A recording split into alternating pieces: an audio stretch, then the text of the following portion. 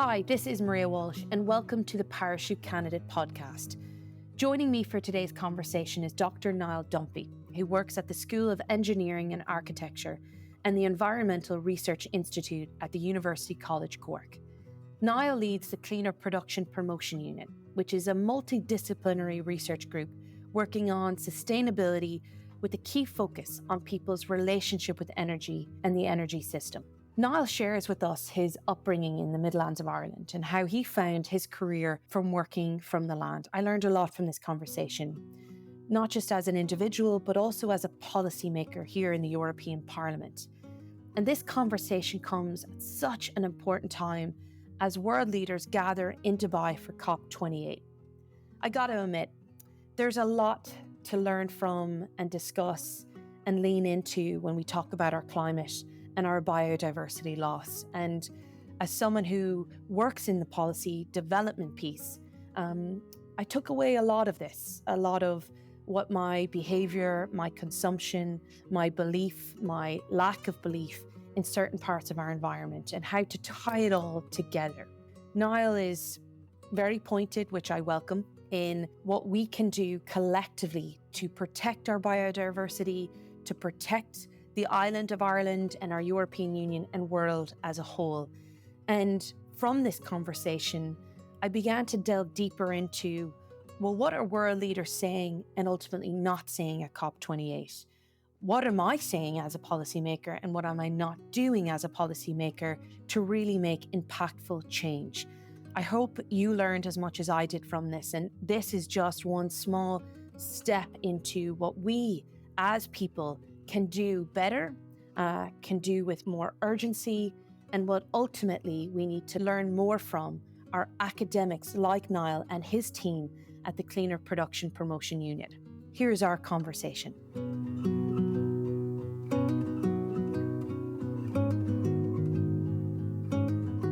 Dr. Niall Dunphy, I'm delighted to have you on the Parachute Candidate podcast. Thank you so much for gifting us with your time, and I'm really excited to understand your lived experience around sustainability, around circular economy, and all things that you're going to educate me on and hopefully the many listeners that are tuned in. But I really want to kind of start from the start. You're an accredited scholar and contributor to Ireland's journey to a more sustainable future.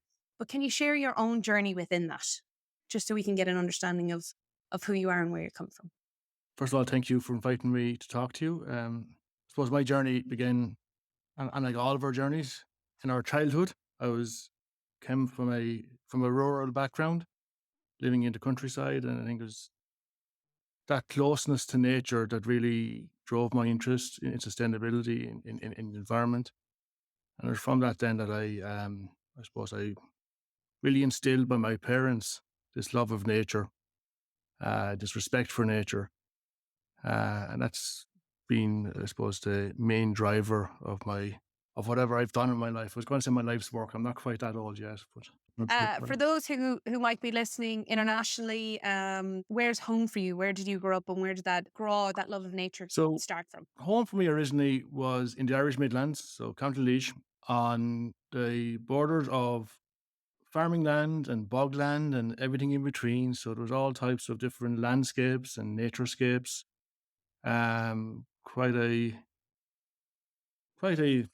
It's almost a kind of a cliche to say it, but a very rich environment for a young person to run around in.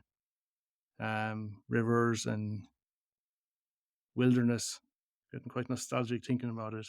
I mean, we are in many cases, the lived journeys of where we grew up from. So you speak to a lot of people who work within the space that you do, or you hear from them, and it is that first taste of seeing the environment in all its beautiful forms that appetite starts from. Take me through the sustainable studies then. You're only about 21 years young. That's I'm going to stick with that one. Won't give any ages away. When you started the educational journey to where you are now, this is where I'm going to get in trouble. Were you the first on courses? Were you calling for them? Were you, because you're as the heart of that academic journey. and the leader in Ireland in this sustainable conversation. I go back again to my childhood. I think my parents always had a great respect for education.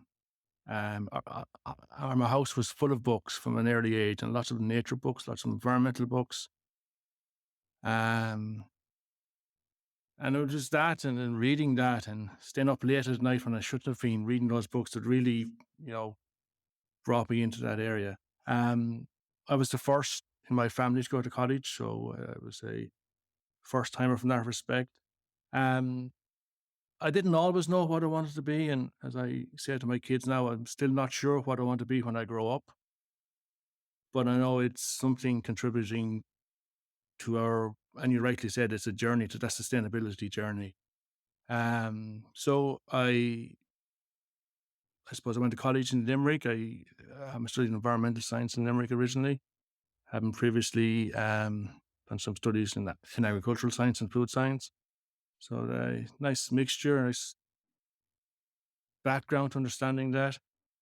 Latterly, then in Cork, I undertook a master's in public policy, looking at environmental policy in particular, and then my doctoral studies were rather interdisciplinary in nature. They were in the Faculty of Engineering, you see, but they were interdisciplinary in nature, and I was looking at the values that derive from retrofitted buildings, and thus non-monetary values derive from that. And I suppose um, that's been the centre of my work, has been the human and societal aspects of sustainability and how we can bring that on board into the conversation. Which segues so lovely into my next question for you, because I would love to hear your and understand the links between society, sustainability, energy, individualism, and I'm super conscious. I'm in chats with an academic, a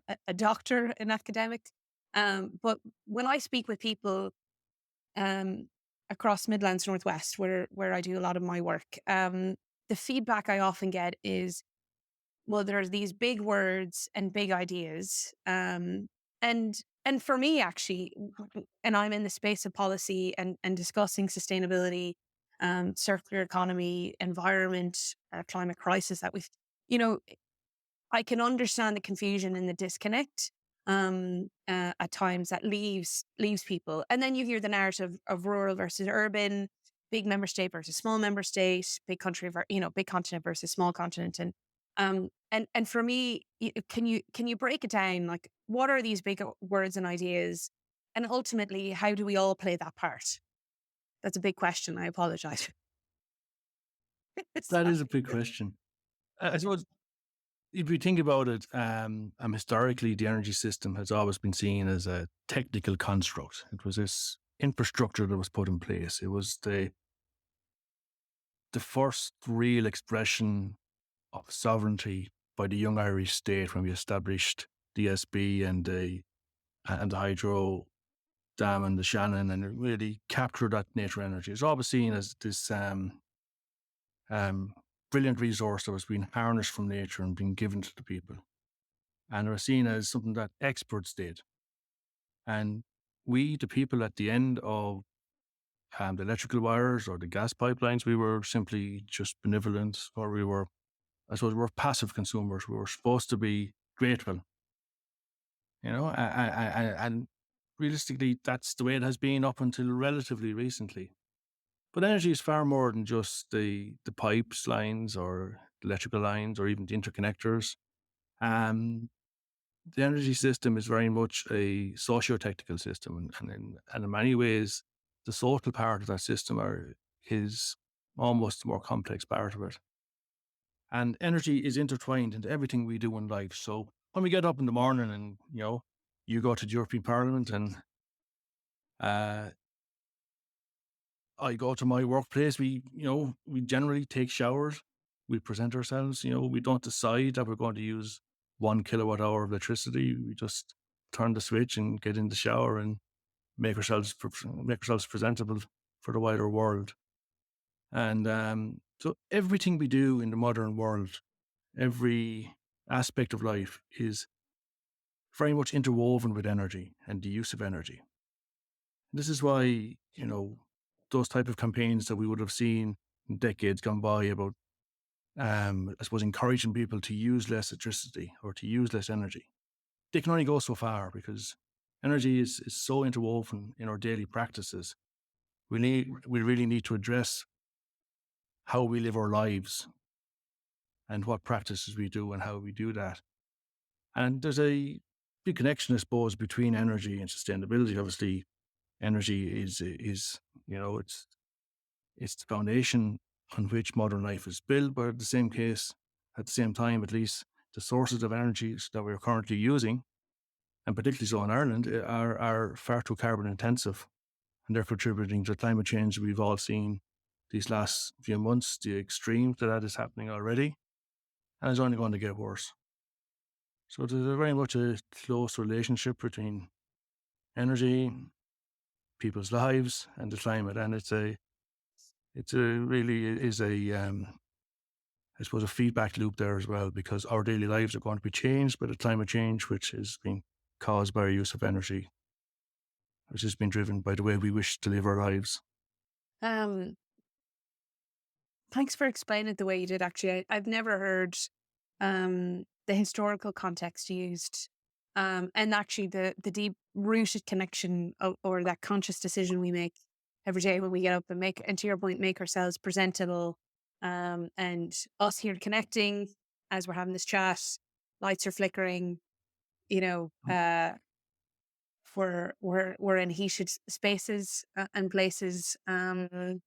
And we had to get from A to B in some shape or form. So that was really powerful the way you explain that. Do we think, or do you think, in your capacity as a leader in this field, that message is getting through? That we're understanding the complexity of this and the fact that we as individuals, as society, have to make these um, small decisions every day in order to make a bigger impact overall, or how would you rectify that? Well, I would suggest that many people still, particularly many people in power, still think of energy, and I think of the energy system as through a technocentric lens. And many of them are what we would call techno optimists. All our problems are going to be solved by the next new invention. All we need is ingenuity and hard work, and we can solve any problem, while of course causing multiple others. And the fact remains that for us to overcome the current crisis that we're in, the climate crisis that we're in, we not only need to decarbonize our energy system, but we need to decarbonize our lives. We need to change the way we organize and the way we live our lives. Um, we're often portrayed as energy consumers, but um, none of us actually wish to use energy. We wish the things energy can do for us. So therefore, our relationship with energy is not a direct relationship; it's an indirect relationship, and we need to think about it in a more holistic way. What is important for people? What do people actually want? And in that way, and a lot of my work is about bringing people into discussion about envisioning our energy future. You know, um, far too often we're left listening to the so-called experts who know best, and this is why communities up and down the length of Europe are in many ways are rebelling against the energy transition as it's being presented to them, because they don't feel it's of them, for them, or that it respects their perspectives. That's not to say that communities or individuals should have a veto on any of these decisions, but they should be involved in those dialogues. What I took from there is moving from the unconscious to the conscious way of living. Am I right in phrasing that? That some of us are are are understanding what we spend, how we spend it, but not others. Um, and I know I'm presenting that a very us and them, and I don't mean it like that, but I just mean, what is it that we collectively need to do then to bring all these forces together? I suppose first of all, there needs to be an understanding that yes, indeed, individual actions are very important, and they're so important, and we need to stress that people need to change their behaviour. Moreover, they need to change their expectations of life. You know, they need to realize that the era of jetting around the world is probably not going to be here too much longer if it ever should have been here. That the non-stop air conditioning is probably not the way we go. So they need to really understand that we can't have everything. If everybody was to live like we live in Europe, then the world would just simply collapse. So we need to find a way that we can still live our best lives, to use that term, but without necessarily causing so much harm to the planet. But it goes without saying that individual action on its own is not enough, and too many governments are pushing this idea of you make the difference. The power, the so-called active consumer. We'll give you information, and you can influence the market by your purchasing decisions and your consumption habits, and you do all that.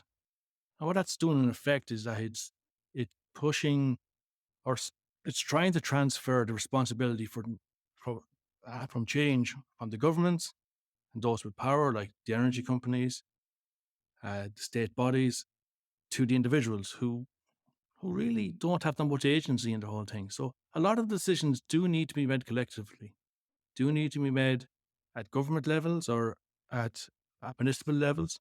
That takes leadership, and we don't see enough of that. There's far too much of this. We need to encourage people to do more, but no, we need governments and other bodies to do more. And it's that collective action is so vital for what we Do do. you, because something that really interests me in amongst the work that you do is the Cleaner Production Promotion Unit. Can you tell me a little bit more about this? Is that essentially just all that you have shared there in terms of advertising? That is essentially, yeah. So that's my research group that I lead in University College Cork. We're based in the School of Engineering and in the Environmental Research Institute at the university. We're a multidisciplinary team, so we have human geographers, we have political scientists, engineer scientists, and all of whom are working in a very multidisciplinary, interdisciplinary way, um, to address the type of issues that we've been talking about. Um, the name itself, it's probably, and the more fashionable term would be sustainable consumption and Hard to production. get that in. But back when the unit was established, and the term of today was cleaner production, and it has served us well. So we'll keep using it for the time being. I think it rolls off the tongue, Cleaner Production Promotion Unit, quite well in some of the acronyms and phrases that we use here, particularly in the Brussels bubble. But that it's so fascinating because when you as you're speaking there, my brain was moving into Ireland's role, or Ireland Inc.'s role, and then our role as an EU member state, and actively working towards achieving a more sustainable and circular economy. Um, as you shared in in the promotion unit, multidisciplinary intersection, right across the board. Um, And I have to ask, like, are we doing enough, and what more can we do? And I say that from an Ireland Inc. and a European perspective, and kind of moving away from uh, fully understanding your point around the individualism, that it's brave leadership now, um, uh, what should have been a leadership at a governmental level, at a European level, and across the world to make these drastic changes that we need in order to make sure that we have environments that you so eloquently shared at the start of this conversation around having boglands, forestry, lakes right in the Midlands. I suppose the simple answer is no, we're not doing enough. We simply just have to look around to see that we're not doing enough, on so many different levels. We're not doing enough individually. We're consuming far too much. We're consuming far too much of the wrong thing. We're eating food out of season. We're importing foods. We're um, probably eating 3 times as much meat as our parents did. So we're actually, in some ways, we're actively moving towards um, an even bigger problem. That's just at the individual level. And collectively, the state is not doing enough. And in fact, there's no state is doing enough in this way. Any form of polity is always, and this as a politician, but any form of polity, it's decisions are emerge from negotiation and competition, and you emerge from these structures, and you never get a good response. It's always a compromise to multiple different people. And we are living in times of such a crisis that we need to take stronger action, but we need to be honest to people. Far too often, the energy transition is portrayed as a win-win, and quite frankly, is not a win-win. There are going to be losers in the energy transition. So, I said at the start of the interview, I come from the Irish Midlands, where we have a lot of bogland. A lot of people still save turf to heat their homes. And it's portrayed as, we need to get people to stop doing that. But right across the Midlands and in your own constituency, in the North, there would be a lot of households who would simply fall into energy poverty, didn't have access to this fuel that they harvest. It's a major part of how they provide for themselves. So the answer to that is not just saying you can't do it, but to upgrade the houses in these areas to such a way that it's not needed. But that way of thinking doesn't seem to gain a lot of support. Because I know in terms of retrofitting, from your perspective, is it these things like retrofitting or future proofing your home from a government or European level? There's just not enough funding going into it to make it happen at a speedier process, or politics is playing devil's advocate by kind of speaking from both sides of their mouth, saying, well, we have to allow transition to happen, and then we also need retrofits to homes. And I'm probably, personally, I'm probably in the latter of that. And this is where I really want you to, you won't insult me, trust me, but because I struggle with knowing I have family members who use turf to heat their homes, who don't have the money to retrofit tomorrow, or are older, an older generation that, we're going to continue using turf until, how would you say, I mean, ultimately I'm trying to ask you, you're like, well, Maria, that's not sufficiently good enough. And you have to be brave and say, this needs to happen today. And here's the money to do it. And here's the policy that needs to happen. And we need to hold people accountable to then allowing that transit, or the other hand, allowing that transition to happen.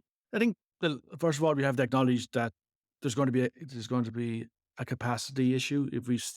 As we increase the amount of renovation of houses, we're up against a capacity issue. We've already seen that in the construction sector in Ireland. That's something that we need to overcome. So there has been work done on upskilling people and on building that cohort of people who can actually deliver these retrofits, but a lot more needs to be done on that. And we need to acknowledge that is probably the biggest constraint to that. A lot of government support, and not necessarily just in Ireland, but internationally, a lot of government support for the type of renovation we're talking about goes towards the middle classes. It's in the forms of grants. So for those of us who have the finance to do it, we can draw down a grant and then we can save money. But those who are at the margins of society, those who are in rented accommodation, those who are in own their own properties but maybe don't have the finance to do it, they're excluded from all of this discussion. I think we need to target the funds that we have better. It needs to be at those who have least. And maybe we need to start thinking about mandatory upgrades of houses. And nobody likes being told what to do with their property, and I'm sure there's constitutional issues with that as well. But we simply can't allow people to have such large consumption of energy going forward. We need to work with them, and we're need it, we need to encourage them and prod them along. Um, and to your earlier point, though, around and I do I appreciate what you're saying when you say even policy coming from here in terms of Fit for 55. Um, and I'll make sure to include some info from a European standpoint around Fit for 55. Um, I'm assuming from what you shared, you're probably not happy. I shouldn't assume, but I'm going to assume in this case, you're probably not happy where where that was, because it was compromise and negotiation to bring all actors together. So the ambition where it may have started out was very big and very bold. And I mean that in a celebrated way, not a negative way, but and where it ended perhaps wasn't as ambitious as you wanted it, or ultimately where the environment needed it to be. Would that be correct in saying? I think we would all, and we would have liked to have seen a stronger package. I think if it was being negotiated now, knowing now what we know about energy and the other energy crisis that we're facing, I think we would be going stronger. I think, yeah, it is a difficult one, and politics is a difficult art, and I pity those of you who are involved in it. But it is about persuading people of the right thing that needs to be done. But sometimes that involves listening to people. I think maybe that's what's missing from this whole conversation, is that we're not listening to people. We're all talking at each other. I agree with you on that point. I do. Picking up from what you just shared there, and looking at the Irish Environmental Protection Agency, the top 5 things to do for a circular economy are, as they phrased it, rethink, repair, reuse, buy to last, and recycle. And a lot of your work focuses on collaboration to achieve a more circular and sustainable economy. Should we focus on a collaborative action more than individual, or do they go hand in hand? I think they go hand in hand is the short answer to that. Just going back to your question and the 5 principles of the circular economy, I think what's often overlooked is that first one, that rethink. Do you actually need something? We see it in terms of the move towards electric vehicles. So we've done a number of a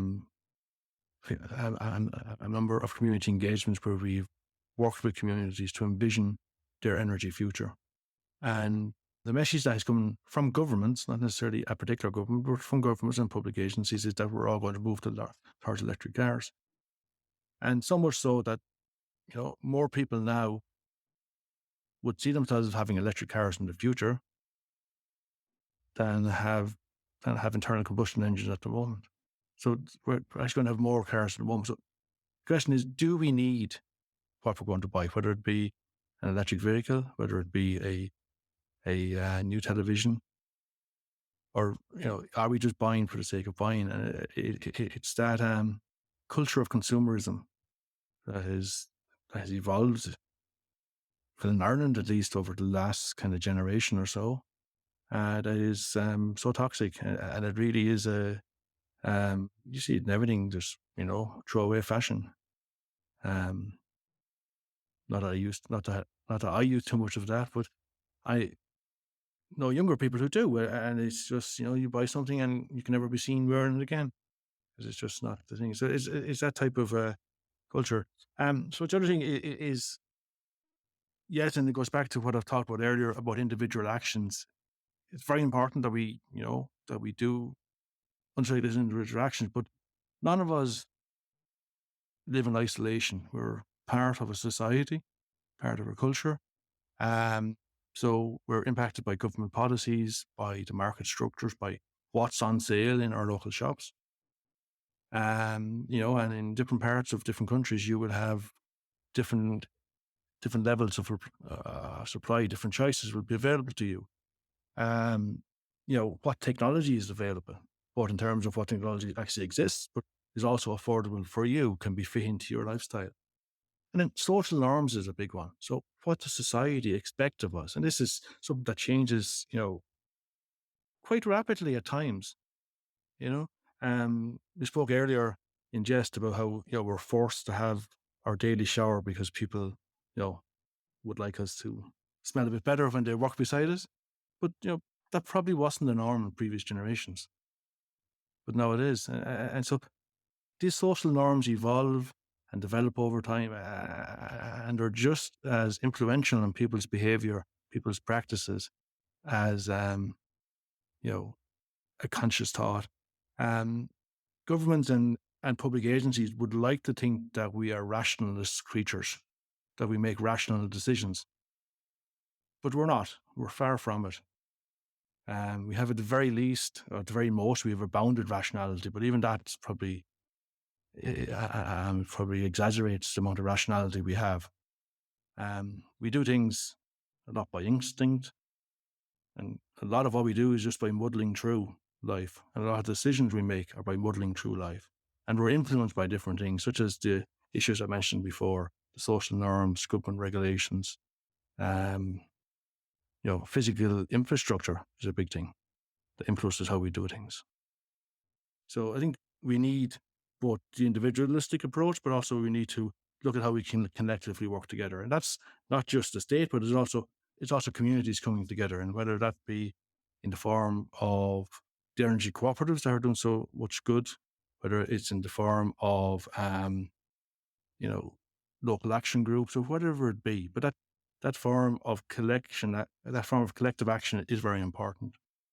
And it's very healthy actually for democracy. And it's something that we probably don't recognize so much. I remember a number of years ago, nearly 10 years at this point, I went to Calcutta in India with the Hope Foundation, actually a Cork-based organization that does a lot of work out in Calcutta. Um, and I went to a place called Howrah Dump, um, and I've never seen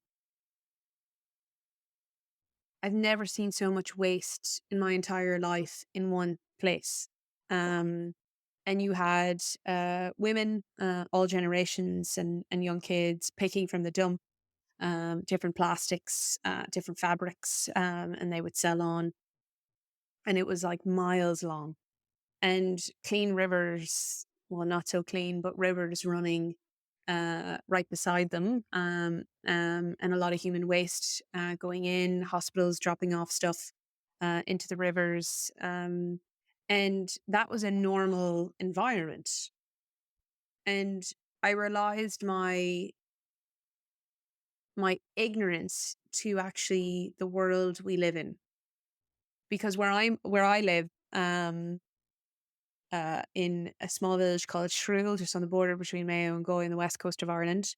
I drive the Curr line, going from Galway City into South Mayo very often.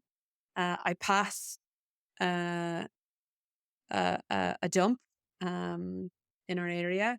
If you go at certain points in the night, you can certainly smell it. And but yet, and I mean this like. Uh, from a consumption and an individual behavior that leads to a wider behavior. I mean, I equally then was buying into for many years that fast fashion piece. Well, to your point earlier, I was part of a part of a festival a number of years ago, so I wore that outfit. Probably can't wear that again because it was on social media. So leave leave for another friend or family to use. More than likely, they didn't want to use it, so I either threw it away or I donated it. But then ce- celebrate myself on the back to say, well done. You were part of that circular economy for a hot second. But then to the extremism of what I saw in Calcutta, I was like, we are like, I am the problem. And I mean this, in full vulnerability, in the sense of I often get flabbergasted into the amount, to your point, the amount of consumption we have, that fast fashion piece, the amount of water that even goes towards that. And then we leave it for others, which is what we see here in the wider environmental lens. We leave it for others to pick up the debris. And it is a sense of privilege, and it is from a place of privilege. And I say that, yeah, I think that's an honest and fair assessment to that. And then I'm lost in terms of the action, of like, well, and I know we Mm. keep coming back to it, and I don't mean to keep focusing on it, but when you look at, you know, stats from Eurostat, what 12% of material resources used in the EU came from recycled waste materials. We've one of the worst figures as a country in the EU, quite similar to Finland, but I say that because I think I'm trying to make myself feel better, which is not right either. Like, and what can we do? Is there an effective and timely way to improve Ireland's our individual record, and how do we do that?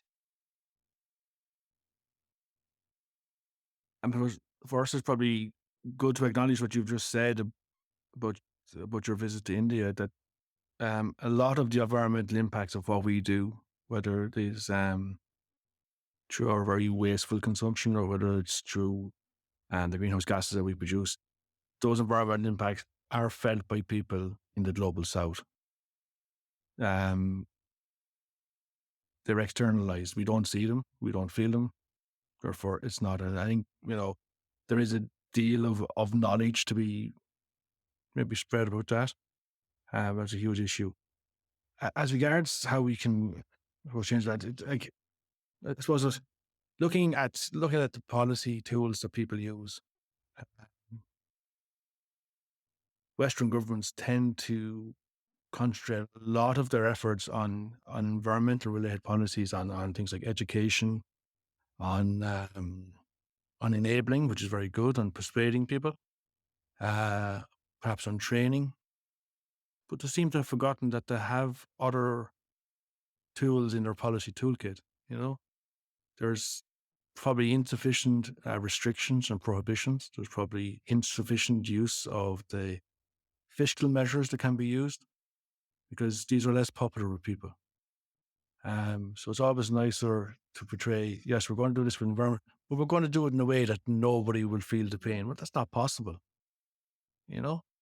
Um, the problem is that those who should feel the pain are probably those most likely to vote. It's those who are probably among the most privileged in our society, those who have the most agency, the most voice, are listened to the most, and are probably those who the people in our halls of various chambers of governance, but in that broad sense, would relate to most because they see themselves. And that's just the truth, and it's something that we need to. There is need for radical action, but I don't necessarily see it coming from government on their own without outside influence. And then you've recently done some, I mean, to back up what you're sharing there, because I know you've done some work, your findings as a lead investigator on accept. Um, like, what did you find from analyzing the governance in socio-political contexts? Yeah, so Accept it's an Horizon 2020 project funded by the European Union. It's a multinational project. We're one of the partners in that project. It's led by a Greek company. Quite an interesting project that's looking at energy communities. And the study that you're talking about we looked examined really, I suppose, what were the factors that that condition people's engagement with community energy, for example. And there was a lot of things that really inhibited it. There was things like lack of trust in the public sector. That was quite pervasive through a lot of countries, not all, but many countries. The public sector is simply not trusted. If any consolation, the private sector I was even trusted even less. There was I suppose, there's limited funding and access to funding, and that's always an issue with things like that. The lack of institutional support was another finding. A big one, I think it's something that we really need to grapple with, is the uncertainty on the policy front and the constant changing in renewable energy policies, renewable energy supports. Like we're dealing with parliamentary spans of 4, 5, 6 years, depending on the country. And if your policies are going to change every time there's a change in government, then that's not any way to create a business plan.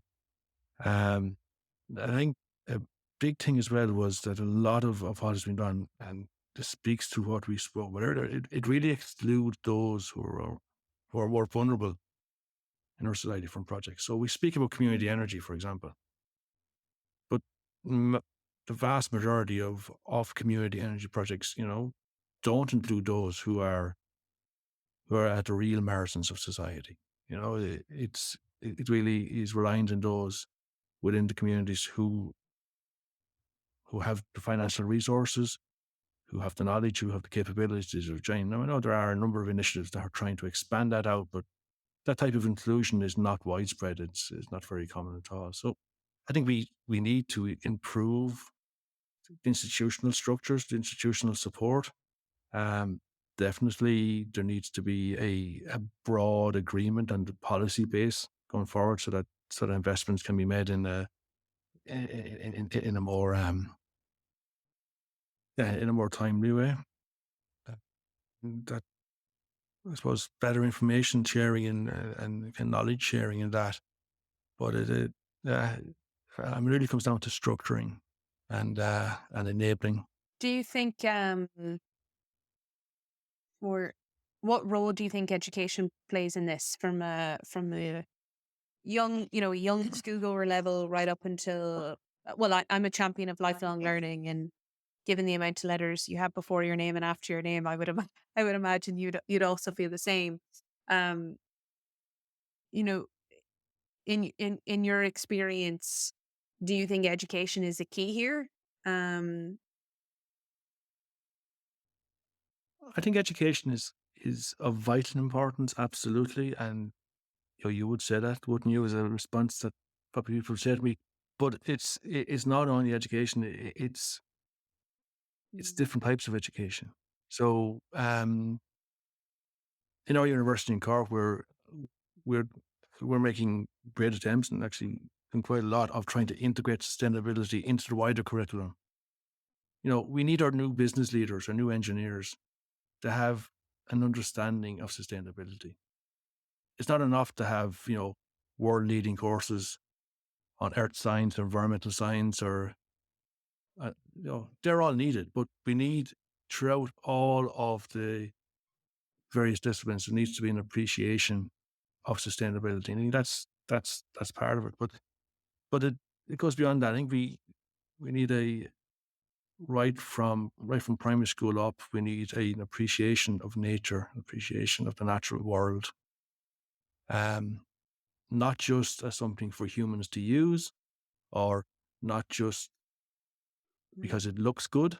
We shouldn't just be saving a habitat because it appeals to our sense of what something should look like, but for its intrinsic worth, and is that biodiversity. So there's I definitely would believe that there's a great value in that type of education, that type of support for learning, not necessarily formal learning. I think the green schools has been a great example of an approach that has developed up in the primary schools and secondary schools of Ireland. And it amazes me, nearly every school I pass by in Ireland has a green flag, and it's just, really is great. In Cork, we were the first university to get a green campus flag. So we had students who came up through that system, came into UCC and said, why don't we have a green flag? And it was really student driven. So the university has changed, and I don't know how much you know about it, but Cork as an institution has really changed over the last decade. So university has become one of the world leading green universities, and a lot of that has been driven by students, has been driven by younger people, and that has all come from the likes of the green flag, the likes of education, and people asking questions. So education is excellent, is key to it all is. of this. I remember visiting a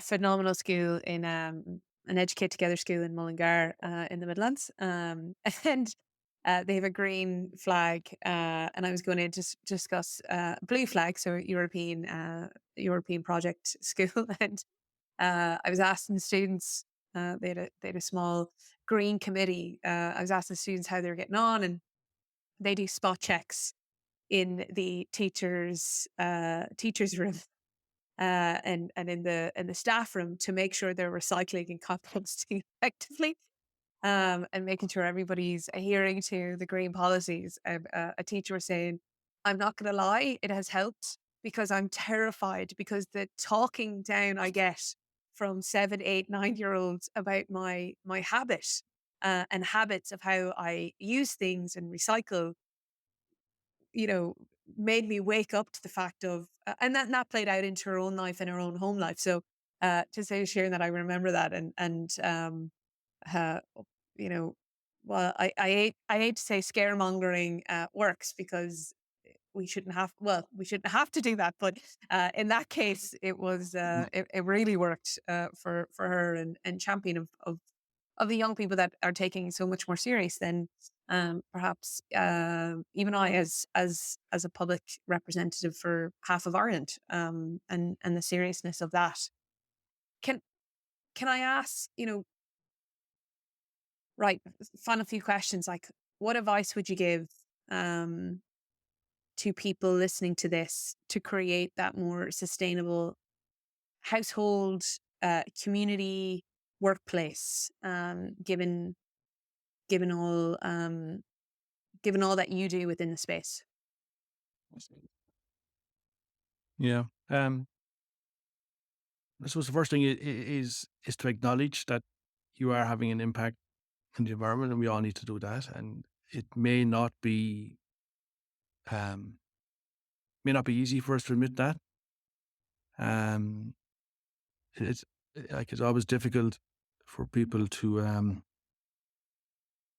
I'm supposed to understand something when their livelihood depends on them not understanding. To paraphrase an American businessman, and there's a lot of our wealth in Ireland are created by industries that are impacting on the environment, and it's not sufficient without naming any particular industry. But it's not particular to say that, but we're doing it better than others. That's not enough. We need to really look at what we're doing. I think that's the first thing, and that goes right down from what we do in our professional life, what we do in our home life. I think to answer your question more succinctly, we need to start small, integrate small changes into your life. So, do it in a systematic way, uh, and then build on that. So, I think it's like anything. If you try to change everything overnight, it's not going to happen. Um, you need to bring people with you, whether that's your household, whether that's your community, that's your workplace, that's the company that you own, your employees, wherever. You need to bring people with you, and that's an element of communication there. And as we mentioned a couple of times during our conversation, that also involves listening. And that's something I think that many governments could do with learning, that communication is two-way, that sometimes, you need to listen just as much as speak. And that's a key part of it, is to try and bring people along and get that buy-in for people. And there's no easy answers. But we do to meet, and we do need to make changes, and we need to make changes quickly. At the individual level, there's only so much we can do, but we need to do that. In our communities, there's probably more that we can do collectively. And then there's a lot that needs to be done at the state and European level. And I suppose the way we do that is by influence people like you, is by talking to people like you, lobbying you, voting or not voting for people who are putting up policies that we support. So we need to, I suppose, take ownership for not just our own lives, but also those for whom we are voting for. And it's not. We need to bring sustainability and the environment concerns up the agenda when we consider these type of things. But that's easier said than done. No, but we got to get there, right? And sooner rather than later. Final question. Yeah. Anything I didn't ask you that you really wanted to put across to listeners new to the space or in the space already? No, I think you've been a very good interrogator. You've asked me quite a lot. I think the key thing, and it goes to everyone, is just like we need to talk to each other. we can't be talking at each other. We need to listen to people. A lot of the work that I do is on energy poverty. So people who are unable to heat their homes, work with their homes. And, many of the people I speak to are not being listened to in the debate on the energy transition. Um, they're being told that their solution to their issue is to use energy more efficiently, when they're already using the minimum amount of energy they could possibly use. So it's just that listening to people and listening to their concerns.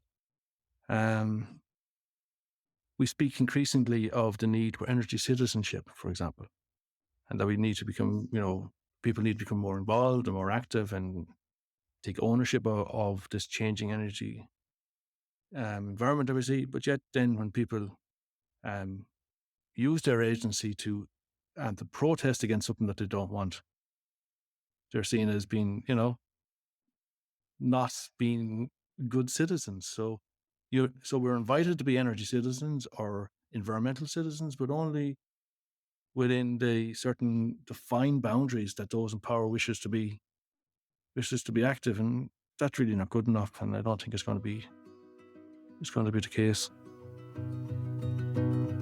I'm grateful to Dr. Dunphy for this conversation, and I don't take for granted the urgency in his voice, especially as a policymaker in the European Parliament. And I hope you heard that throughout, because I do not take for granted the work he's been telling us to do for years. And I left really seeing the views he had as a young person in the Midlands of Ireland, and ultimately what he sees now as an academic. Please check out the Cleaner Production Promotion Unit. As we learned from Niall, the focus of the unit is multifold, from energy citizenship and democracy, how our behaviours and consumption practices are working for and against our environment. This difficult period of transition and the speed of which I and my colleagues, both in Europe and Ireland, need to use our leadership to be braver and understand the importance of public conversations and education on our environment and what it all means. It's not up to our young people to make this so urgent. It's up to us all. Given all that Niall has shared of his youth, his career to date, his vision for our island and our world, I left this conversation thinking of the quote, "We do not inherit the earth from our ancestors, we borrow it from our children." Thank you for joining us, and here's to delivering on this urgency now.